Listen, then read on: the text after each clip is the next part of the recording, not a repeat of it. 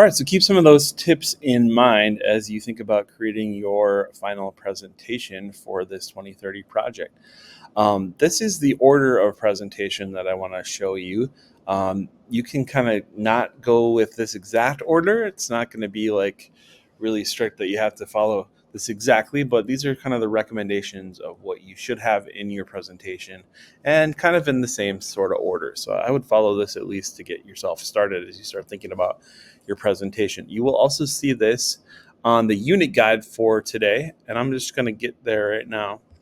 The order for the presentation. First of all, flashy start. Really, this is the attention getter. Thinking about like your essay, you want to have that attention getter. Same kind of thing goes for a presentation. So we'll just call that a flashy start. In this slideshow here, you'll see some examples of some different kinds of flashy starts. I'm just going to quickly go through some examples. You could start with a surprising statistic. And I just took some of these examples here from past students' presentations and how they kind of did that. Another way is by audience engagement. So maybe asking a question of your audience, asking something like this, kind of getting people to think about who's in the room. That kind of stuff is what we're talking about. Powerful images. You've probably come across some of these in your research as you've seen this project, even on some of those global goals websites or the UN websites. Maybe you found some powerful images that might be helpful in thinking about getting your audience's attention. Thoughtful quotations. Of course, you've done some research, so maybe there's some quotations that might kind of relate to your topic or might be something to think about just to get your presentation going. Amazing anecdotes, which are just kind of brief little stories or profiles, maybe just kind of profiling someone who's important to your issue. Got some examples here, or at least one example. Interesting contrasts. Let's see what that looks like. Another good way to kind of get started a flashy start. Memes might be a fun way to start. Probably isn't the best meme, but you get the picture. There's memes that you could use for a flashy start. So that's just some examples. Feel free to kind of go through that on our unit guide. In your presentation, you want to make sure that you define both your goal and your target. So tell us what goal you're dealing with.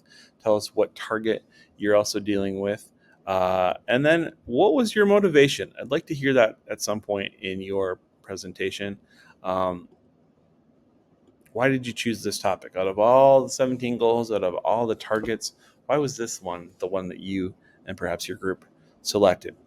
You want to use research to explain the problem. You've done the research. We want to see that research in your presentation. So somewhere in your presentation, you should be giving us that research. At least 3 good sources that you're including in what you're sharing with the audience. And that could be facts, figures, statistics, quotes, anything that you found that's valuable to really help explain that, hey, we've got a problem on our hands here. Before we get to number 5 here, which is the advocacy proposal. How can we meet this goal? You're going to explain what your invention is, or what the innovation is that you've created, or what your campaign is and everything that's involved in the campaign. So that is a big piece of your presentation. Call to action. What do you want people to do? Is there something they should be thinking after they have been listening to your presentation? Is there something they should be doing? How are you going to kind of wrap up your presentation with some energy to kind of give your audience something to do or think about? And then you also want to include a works cited in your presentation. So make sure that you've got a list of things that you've researched, and also anything that you've included in your presentation that you did not create. Make sure that you give some credit to that. So that's pictures, any videos, any music that you've included. Make sure that we know where that came from, who created it. But of course, it's even better, I think, if you can kind of put your own fingerprints on this presentation and make some things your own. Rather than grab something off the internet, maybe there's some artistic work we could do. Maybe there's a picture that we could take that would be better than anything we could find online. So think a little bit about that. We want to see you shine in this presentation, and we don't want everyone's presentation to look exactly the same or feel exactly the same. So the more you can do to make your presentation feel a little bit different than anyone else's, I think the better off you're going to be and the prouder you're going to be of your work. So as you think about that, you can really use what you need to use here. You've used a lot of different tools, I know, throughout seventh grade. Anything really that you've used is pretty much fair game. A lot of people use Google Slides for this, and that's fine. But if you want to go use something else that you've used in other classes, that would be fine as well. Some people have made their whole presentation on a Google site.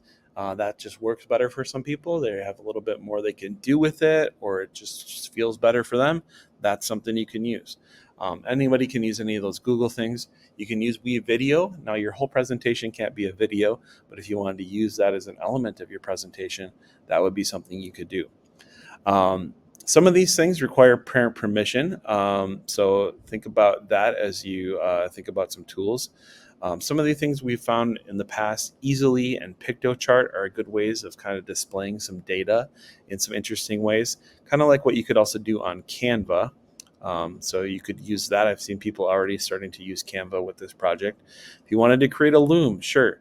If you wanted to use Adobe Spark, that's a good way to kind of also make some things like you might make in Canva.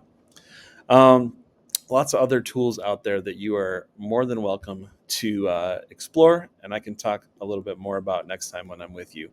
Um, some other things, Animoto, Powtoon has been useful for people. Emaze, Haiku Deck, or Prezi are things that you can use if you are over 13. So there's some age permissions on some of these things. Um, to just be aware of that. And again, we can talk about that in class as well if we have some questions on, can I use this? Can I not use that? But we're going to be building our presentation today and probably into next class as well. So get a good start today. Remember to use the tools based on your age and your parent permission. Follow the acceptable use web code of ethics. Use only your first name and first initial of your last name on your project. In case it ever gets out there or you want to share it with some larger audience, we don't want to have your name exactly attached. So a first name and last initial is what we want to see. And to cite your sources, of course. That's part of following the rules with creating your presentation. You'll see more of this on the unit guide. There's a whole presentation about some digital tools with some links within it. I think that might be helpful for you to just kind of review before you start getting into this. When you do have a presentation, if you feel like you've got something ready to go, it doesn't have to be finished, of course, but maybe you've got it kind of up and running. You can submit your presentation link right here on day 6. That way I have it. Make sure that it's a shareable link. This is so that when it's presentation day in class, I can just click on your link and it can get me there. So make sure that I'll have access to whatever you put in that Google form there.